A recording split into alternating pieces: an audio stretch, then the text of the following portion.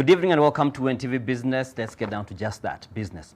Now, 8 months since its launch, the Naivasha Inland Container Depot remains inactive.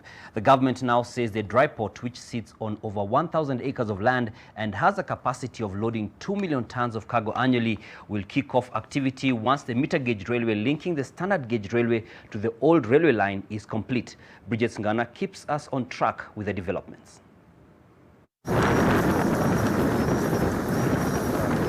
Kenyans will have to wait for at least another 7 months before the Naivasha Inland Container Depot can begin to deliver on its promise of revolutionizing cargo transport within the country and across the East African region. Transport Cabinet Secretary James Macharia has attributed the inactivity at the Inland Container Depot to the construction of the 24-kilometer medium gauge railway. It will be more competitive to use the rail as opposed to using the road. And this is something which people have to really appreciate. From June this year, this ICD will be extremely busy. 6 years ago, we had only 20 million tons coming through the port of Mombasa. Now we have 34 million tons. And this demonstrates that we are growing as a nation. It demonstrates that we are supporting our neighboring countries, which are landlocked.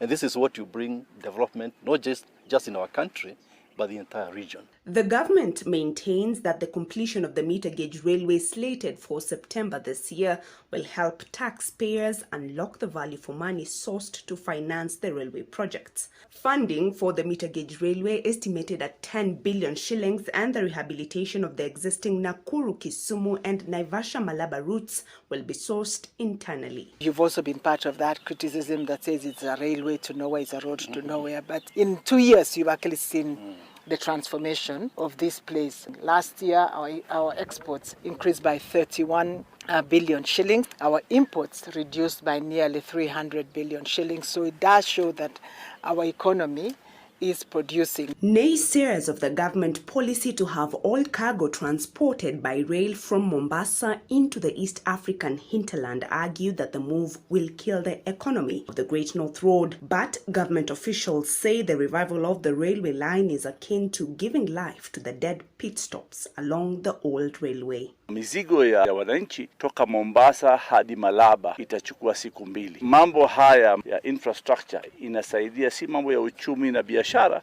lakini pia mambo ya utalii. Hayo ndio mambo ambayo tunaweza kuinua kama serikali ya Uhuru Kenyatta. Even as we are planning that phase of the SGR moving from Naivasha up all the way to Kisumu, the MGR will start working this year. That is something to celebrate.